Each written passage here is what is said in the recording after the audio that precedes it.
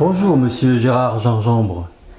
Merci de nous accueillir chez vous et de partager avec nous votre compagnonnage avec Balzac et les diverses tribulations qui vous ont amené sur son chemin et amené aussi à cette biographie et également à ces activités de conférences où vous entretenez la flamme balsacienne d'un public et c'est tout à votre mérite et on aimerait beaucoup que d'autres Balsaciens le fassent également. Donc pour commencer cette première partie de vidéo, la première sera consacrée à votre compagnonnage avec Balzac, votre rencontre avec ce personnage. Ensuite, dans un deuxième temps, ce sera plus sur le fantastique balsacien, dont vous êtes un des éminents spécialistes. Et ensuite, à la fin, donc peut-être nous parler de cet événement que nous préparons à Montira et aussi l'intérêt de Balzac aujourd'hui, de lire Balzac aujourd'hui. Merci donc, et à vous la parole. Merci cher Hassan. Mon épouse et moi, nous sommes ravis de vous accueillir et d'avoir ainsi la possibilité de faire cette vidéo. Alors vous me demandez comment Balzac est entré dans ma vie. Eh bien, si je fais un peu d'histoire personnelle, cela remonte à ma première année de classe préparatoire aux grandes écoles. Jusque-là, j'avais une connaissance scolaire de Balzac, mais nous sommes en 1966, ce n'est pas d'hier, et en première année de préparation au concours de l'ENS de Saint-Cloud, on nous faisait lire les ouvrages qui étaient au programme de cette année-là, puisque le concours se préparait en 2 ans. Et il y avait Illusions perdues. Donc je me suis plongé dans Illusions perdues, dans la vieille édition Garnier que je garde comme une relique, et ça a été un véritable éblouissement. Et j'ai décidé que j'allais lire tout Balzac. Ce que j'ai entrepris petit à petit pendant mes 2 années de classe préparatoire. Après avoir été reçu au concours de l'ENS de Saint-Cloud, c'est là qu'est venue la seconde illumination balsacienne, puisque mon maître a été Pierre Barbéris, qui était un éminent spécialiste de Balzac, un professeur charismatique qui ne traitait pas de Balzac, d'ailleurs l'année où je suivais son séminaire, mais qui à chaque fois qu'il l'abordait était absolument extraordinaire, de savoir, je dirais, de force de conviction sur les interprétations qu'il proposait de Balzac. Et j'ai décidé que je deviendrais un 19e, 2 balsacien, entre autres, ce qui m'a conduit effectivement, après ma retraite prise en 2009, à écrire cette biographie de Balzac publiée chez Perrin en 2013. Voilà mon rapport à Balzac qui ne m'a jamais quitté et qui vient, vous voyez, de 2 illuminations, lecture d'Illusions perdues et enseignement de Pierre Barbéris. À partir de là, Balzac, qui ne m'a jamais quitté, était évidemment devenu une passion, mais évidemment, en tant qu'universitaire, il est également devenu un objet d'étude. Et ensuite, j'ai eu la chance, dans mes années d'enseignement dans le supérieur, en préparant les élèves de l'ENS de Saint-Cloud à l'agrégation, puis mes étudiants de l'université de Caen, de faire le cours sur La peau de chagrin qui avait été au programme au début, à la fin des années 1970, et plus près de nous, Le lys dans la vallée et La femme de 30 ans, et enfin Illusions perdues qui a été également au programme. Donc cette fréquentation de Balzac pendant des décennies a fait que, oui, on peut parler, comme vous avez utilisé ce terme, de compagnonnage balsacien. Très bien. Quelques questions juste dans le fil. Dans les Illusions perdues et dans la matière même de la lecture balsacienne, ces illuminations dont vous parlez, quels en étaient leur contenu? Oui, pourquoi est-ce que je me suis en quelque sorte été pris par une attraction véritable au sens physique du terme? Eh bien, je crois que c'était la peinture d'un monde. Hein. Et c'était la manière dont Balzac traitait, présentait, analysait ses personnages. Et le destin de Lucien de Rubempré dans Illusion perdue a été pour moi une des manières fondamentales d'aborder le roman du XIXe siècle en tant que genre et la question du personnage dans le roman. On a parlé de roman balzacien à juste titre, on peut dire que Balzac a été l'inventeur du roman moderne à partir de la fin des années 1820, mais cela, je crois, se vérifie à la lecture de la Comédie humaine. Donc ça, c'est un premier point.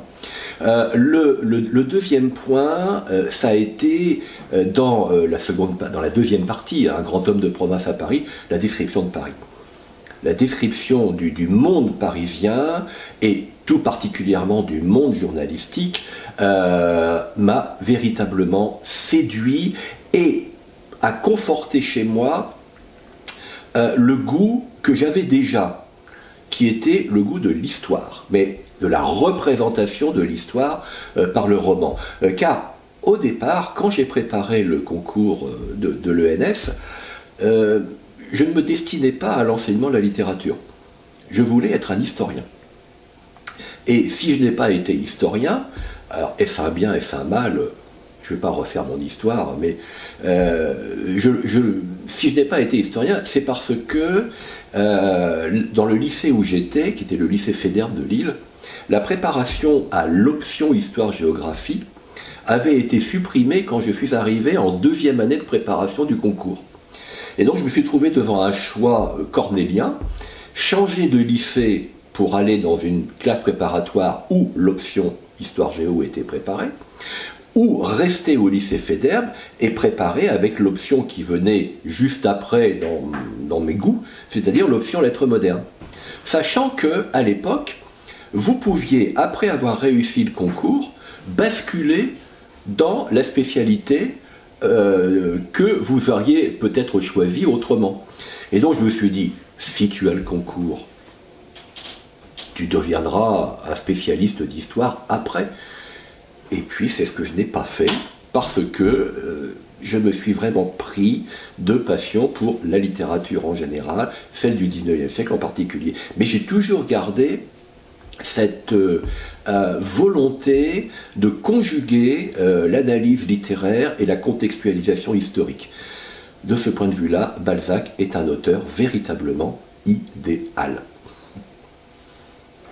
Vous avez écrit une biographie de Balzac, donc vous avez eu une sorte de corps à corps avec Balzac lui-même, pour en extraire tous les éléments de cette biographie, donner du relief à notre cher Honoré.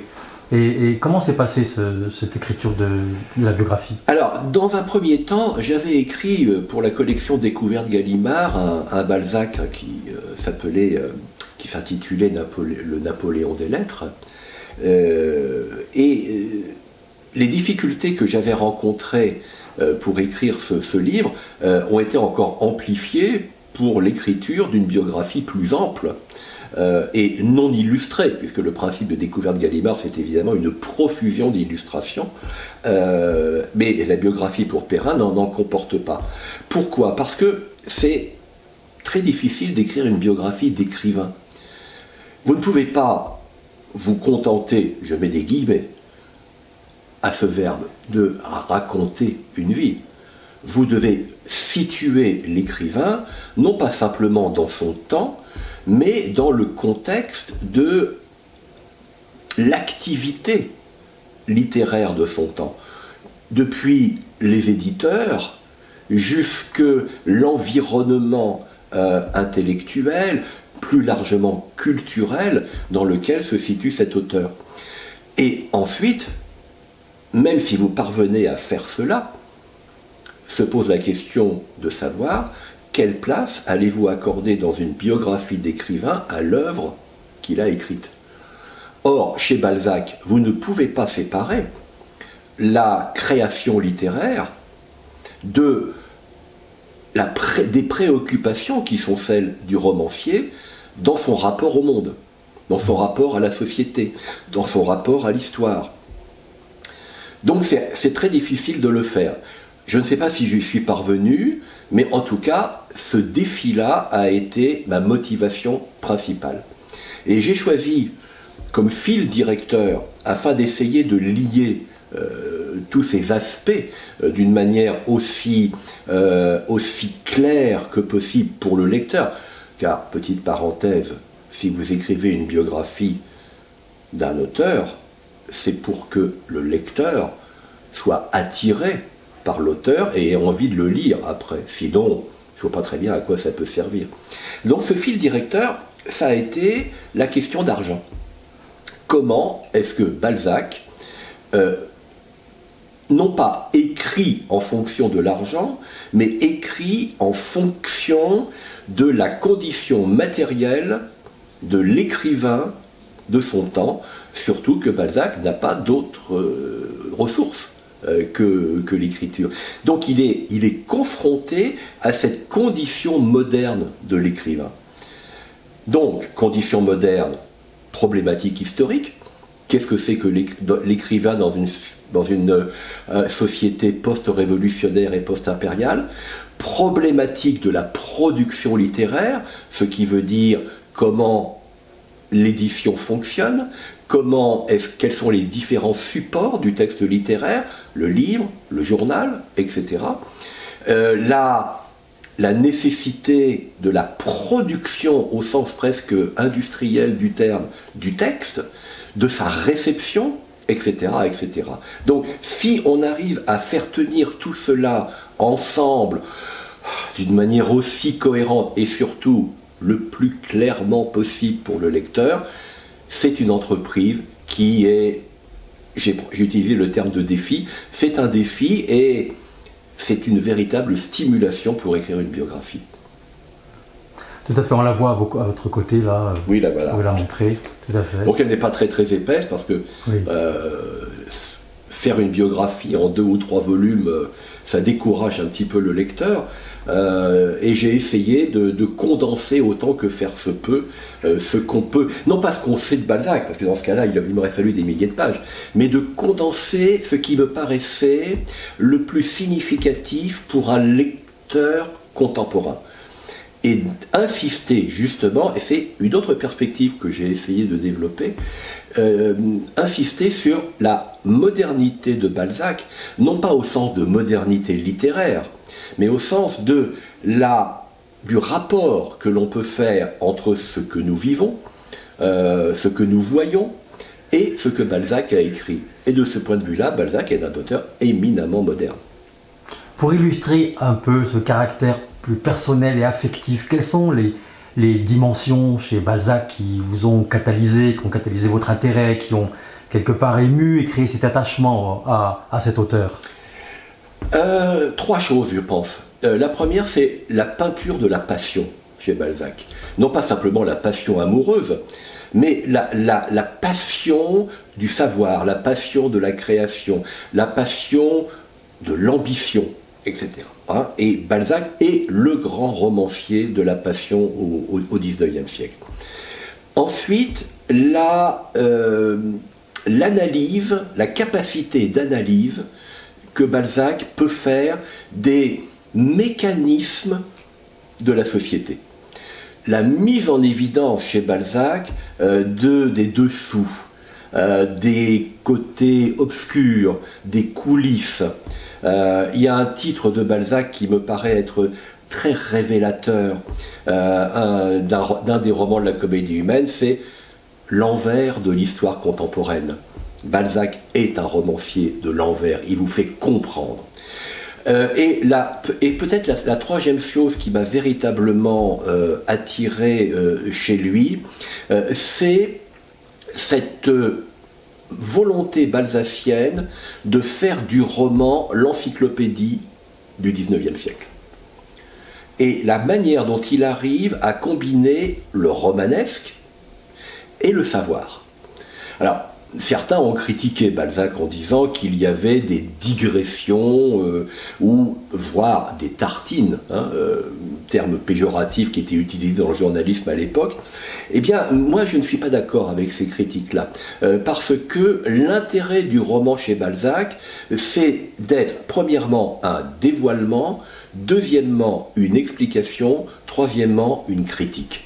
Et ces trois aspects sont toujours présents, en tout cas dans les plus grands romans de Balzac. On évoquait tout à l'heure Illusion perdue, c'est évident.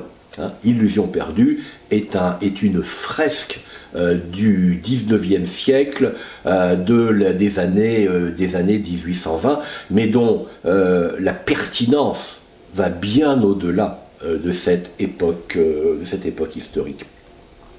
Et je pense que les lecteurs d'aujourd'hui pourraient parfaitement se replonger dans Balzac et ils trouveraient beaucoup d'échos avec la situation contemporaine. Et Balzac a eu beaucoup d'héritiers. Il a eu des imitateurs, mais surtout il a eu des héritiers. Et une grande partie du roman du 19e siècle est un héritage balzacien. Mettons-nous à la place d'un jeune romancier en 1850, l'année de la mort de Balzac. Que peut-il se dire? Qu'est-ce que je vais faire? Est-ce que je vais essayer de faire du Balzac? Est-ce que je vais me positionner d'une manière complètement différente dans la conception du roman? Mais quoi qu'il en soit, c'est Balzac qui est la figure tutélaire. Prenez l'exemple de Flaubert. Quand Flaubert va commencer à réfléchir à Madame Bovary, eh bien Madame Bovary est un roman qui est un roman balzacien débalzacisé. J'entends par là que tout ce qui pourrait être un contenu balzacien de peinture de la société, d'analyse des mécanismes économiques et politiques, tout cela est évacué, mais dans une coquille qui est héritée du roman balzacien. N'oublions pas que Madame Bovary a comme sous-titre « Mœurs de province » et qui a inventé le roman de la province, évidemment, c'est Balzac, avec les scènes de la vie de province dans la Comédie humaine.